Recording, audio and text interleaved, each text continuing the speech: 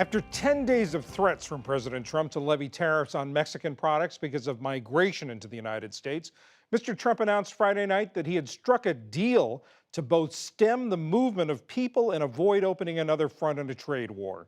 But as Nick Schifrin tells us, the details are important, and what happens now is open for interpretation. These are the images Mexico wants the U.S. to see. Mexican police detaining Honduran immigrants, preventing them from moving north to the U.S.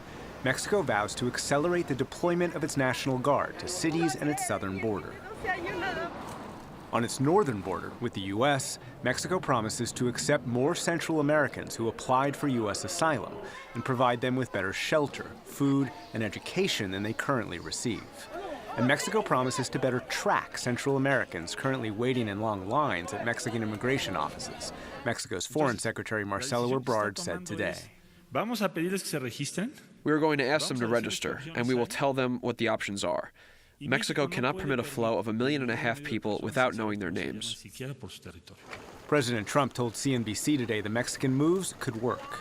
The people from Guatemala, the people from Honduras and El Salvador, in theory, if they do it right, they're not going to be able to get through. Nobody's going to be able to get through. And then they're also going to protect our southern border. So it should have a big impact. The agreement was announced Friday night after a week of meetings and a presidential threat of escalating tariffs. Today, President Trump said those tariffs scared Mexico into making concessions. This is something the U.S. has been trying to get for over 20 years with Mexico. They've never been able to do it. As soon as I put tariffs on the table, it was done. It took 2 days.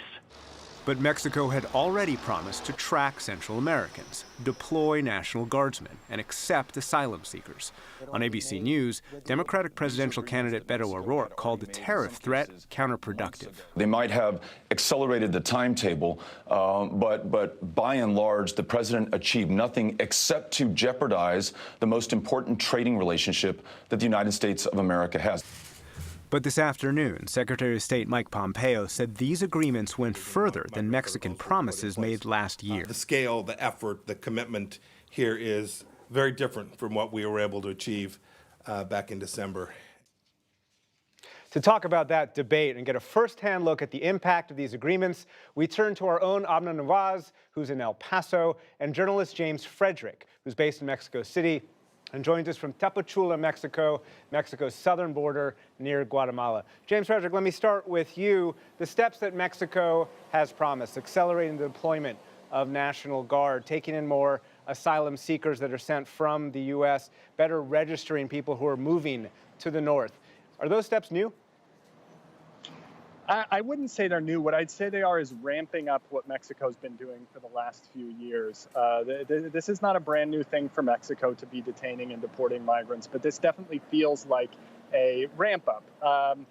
For the National Guard, what Mexico has said is that it's going to send it to the actual border with Guatemala, which when I was there yesterday was still totally open. Migrants cross totally freely.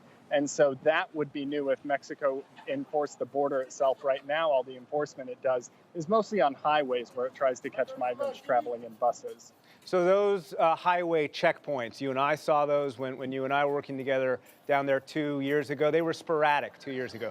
Is there signs that Mexico is stepping up those checkpoints? And are there signs that Mexico is actually taking steps to really impact the structural problems of migration? You can definitely see more checkpoints nowadays.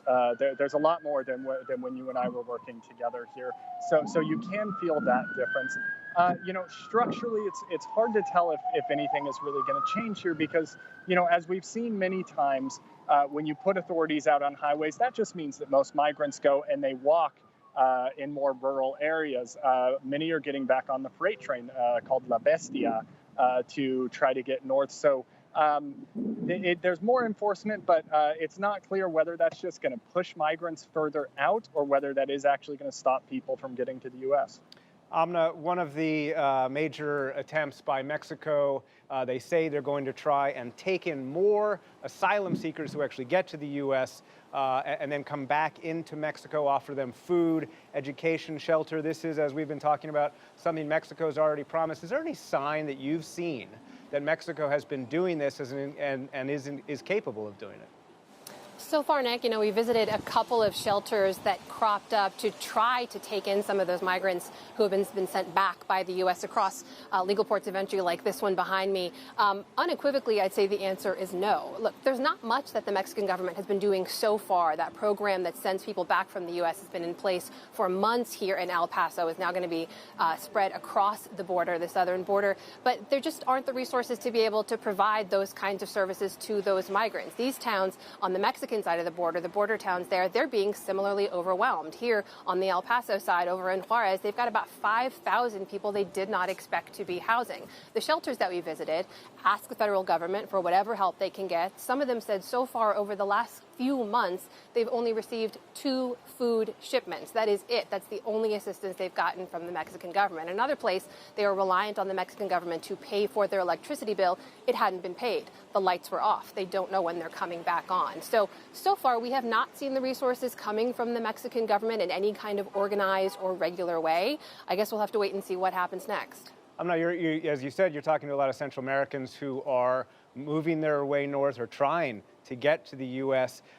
Any sign that these agreements will change what they're thinking, perhaps even reduce the likelihood of their moving north? So we talked to a couple of people in those shelters, right? Folks who had either been told to wait their turn in line, meaning they tried to cross legally. They said the U.S. port of entry is full. Go back, put your name on a list, and come back. That list, by the way, runs several thousand long. People are waiting several months just for their first chance to go into the ports of entry. We also talked to people who've been sent back to Mexico, meaning they had crossed, they'd been apprehended on the U.S. side, and then they were sent back and are awaiting a court date. Most people said they're going to wait as long as they need to, but immigration advocates we've talked to, folks who are tracking this kind of thing, particularly on the Mexican side of the border, tell us they worry that those families, a lot of them, because they are so desperate, because they don't have the means to spend months at a time in limbo, waiting in Juarez and other border towns on the Mexican side, they worry those folks are going to be further incentivized to try to then cross illegally. And they say that they know there are a ton of smuggling networks, a lot of contacts who are waiting in those border towns to prey on those people. James Frederick, administration officials say there's actually more in this agreement than has been made public. The U.S. has been pushing for Mexico to become a safe third country, meaning they would have to take in all asylum seekers, regardless of where those people are from. Mexican officials have resisted that. Any sign that Mexico is now considering that option?